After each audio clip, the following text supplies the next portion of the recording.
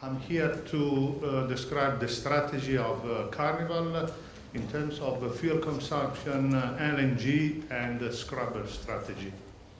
So Carnival is the biggest operator in the field of cruise ships. We operate these days 102 ships that are operated under different brands, which you can see here, the logo. Most of them are easy to recognize. And we have 20 new buildings that are under contract. Some of them are under construction and will be delivered in the next few years.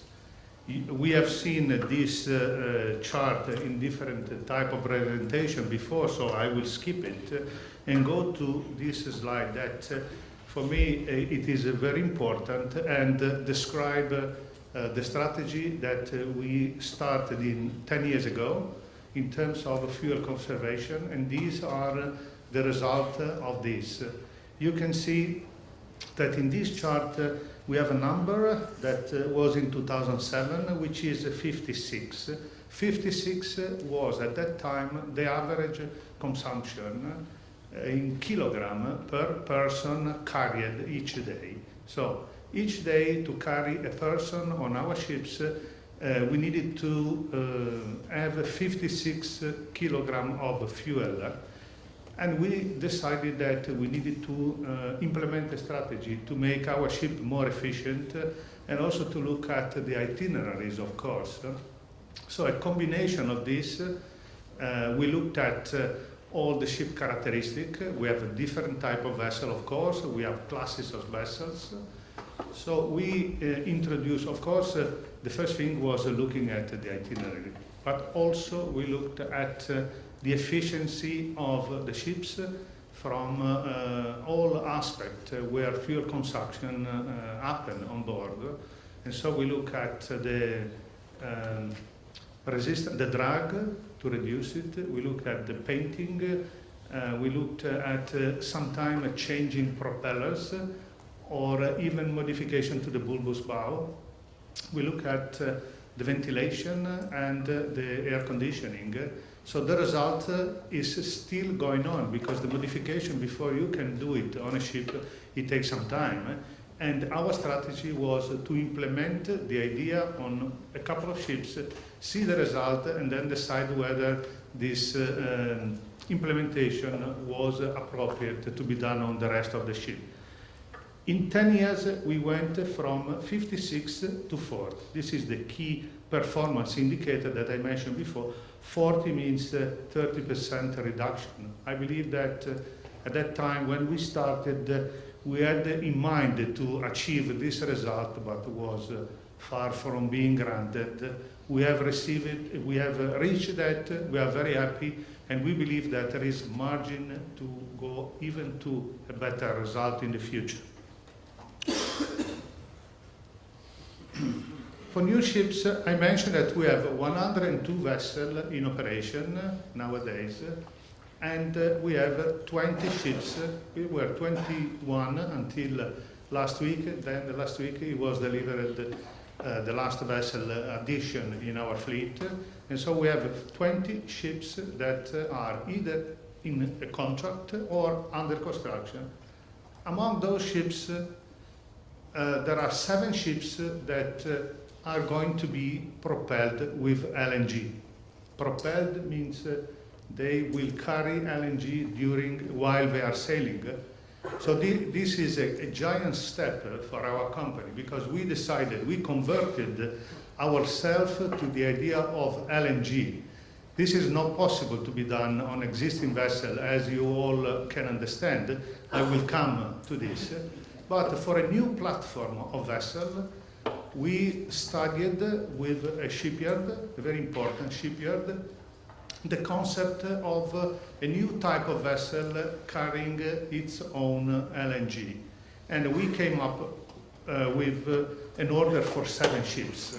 I will describe better why we wanted to go for LNG.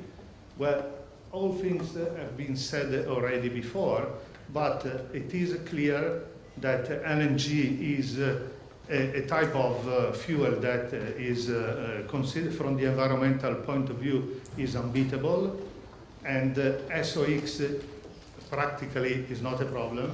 NOx reduction, we can change this evaluation. I've seen different numbers, but more or less these numbers are converging on a wide reduction. CO2 also reduction of 25% is very important in terms of environmental impact, as well as the particulate matter that are practically non-existing. Of course, when we decided to go for a new platform of ships design with LNG, it was not an easy decision because we needed to take into account several factors. It was a decision oriented toward the environmental mainly, because from the economic point of view, this is arguable. We don't know what is going to be the cost of the fuel. Maybe it's going to be higher than the heavy fuel oil with the scrubber.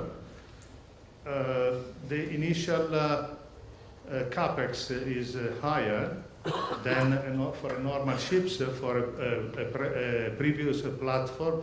And of course, the internal space of the ship, some of the spaces need to be sacrificed because we needed to install those big tanks for carrying the LNG.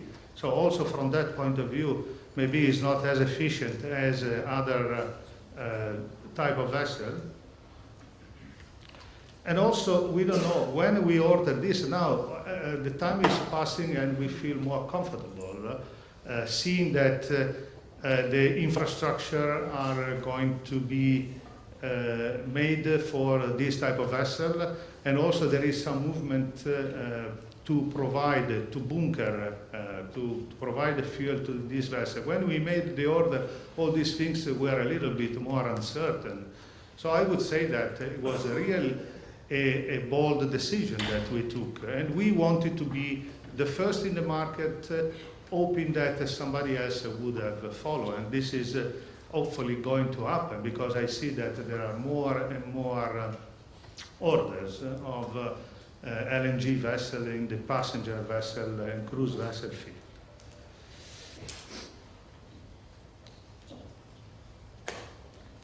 So this is a recap of how we arrived to this important decision of the 7 vessels ordered to Meyer Werft. We started in 2013, and then in 2015 we had a kind of a cold iron on a vessel called Aida Sol, and the power was provided to the ship through a barge that produced energy by using LNG. And then we had a vessel in 2016, which is last year, that was built in Japan. And this vessel was built in order to allow the vessel to use LNG while she's in port. In other words, the difference between the scenario I described before is that the latest class of vessel will carry their own fuel, LNG. This vessel and its sister ship will have the engine ready to use LNG, but the LNG will be provided from shore through movable trucks or barges. The final step to this is this famous order, 7 vessels. Those will be top of the line for us. We call it new extra large platform, and we will have 2 vessels for AIDA, 2 for Costa Cruises. Those 4 ships will be Italian flag, all of them. 2 for CCL, which is our main American brand, and 1 for Carnival UK, which is basically what we used to call P&O. Time of delivery, 2018 will be the first vessel that will enter into service with LNG. I'm talking about the second part of 2018, so we're talking about something that is very quick to come. But and all these vessels will be delivered within 2022. So in this period of time, we will have 7 vessels, and perhaps we'll see how the market is going, but we might even order more. This is the new building, but then we have to face the issue that was discussed also before concerning the shipping operation. As I mentioned, LNG conversion of an existing ship is almost impossible. So we decided that this is not what we want to do. So what we decided for the compliance with the regulation for the existing vessel. Well, this morning, Eliotis, in his presentation, put a question and said, scrub or not to scrub? We decided that we will go for the scrub. Actually, we have basically gone already for the scrub because, well, I don't go very much in this part of the presentation. You will see the area in green are the area where it is already compulsory to use MGO rather than heavy fuel oil. All the rest of the world, it will become compulsory starting from the 1st of January 2020. So what we have done, we have started this huge project, $500 million to be invested over 6 years. Possibly this number is not correct. It will be something more than that. Ships fitted already with scrubbers are 69. Every day there is one more, almost. When I say 69 ships, I don't mean that the ship is fitted with all the engine with scrubbers. We are making implementation step by step. So we have ships where one engine is fitted with scrubber, and so there will be plenty of the opportunity to improve this installation. Other ships where there are 3 engines, which cover 50% of the engine on board. We have also one ship with 6 engines out of 6 with scrubber. This for telling you that we are experimenting all the time what is the best solution for us. The number of scrubber installed are 175. So we believe that as of now we are halfway through on what we would like to achieve by the entry into force of the more stringent regulation and the extension of ECA area. Right now, we only use the scrubber or take advantage of the scrubber in what is the ECA area or in EU port. So this is a limited altogether opportunity, although for us is very significant. From 2020, this opportunity will become huge, as you can imagine. Okay. We decided to go for a certain type of scrubber, which is open loop. We have a strong partnership with an Italian company, and basically we order all the system to them. And this is a very simple schematic description of the main component of the ship, of the system. As you can see, this is very simple. There is nothing. There is the tower indicated with number 3, and we have the pump, the filter. Number 4 is a mixer to improve the pH, and then we have the pump that feed the mixer with seawater. I wanted also to show this to describe what kind of control there is on this type of system. There are control on the entrance of the water. We need, according to the law, to know what is the characteristic of the water that is entering. Is indicated as RAC1.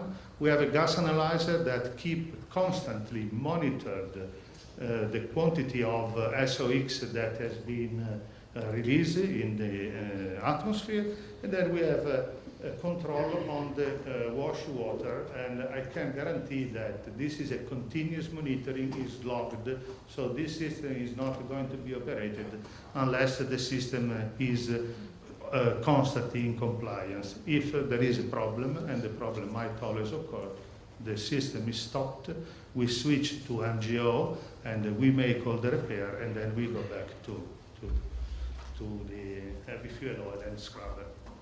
To complete my presentation, I wanted to give you a simple, very simple example of the opportunity that we have, and this is mainly the reason, of course, of our decision.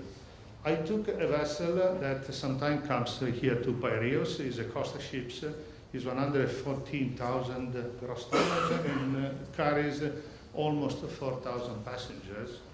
She has 4 diesel generators. The ship is diesel electric. So the electric system, the generation system is made of 6 diesel generators, each one of 12 megawatt of power. Then I thought a profile of average profile of a ship like this that stays 6 hours at the sea and 8 hours in port.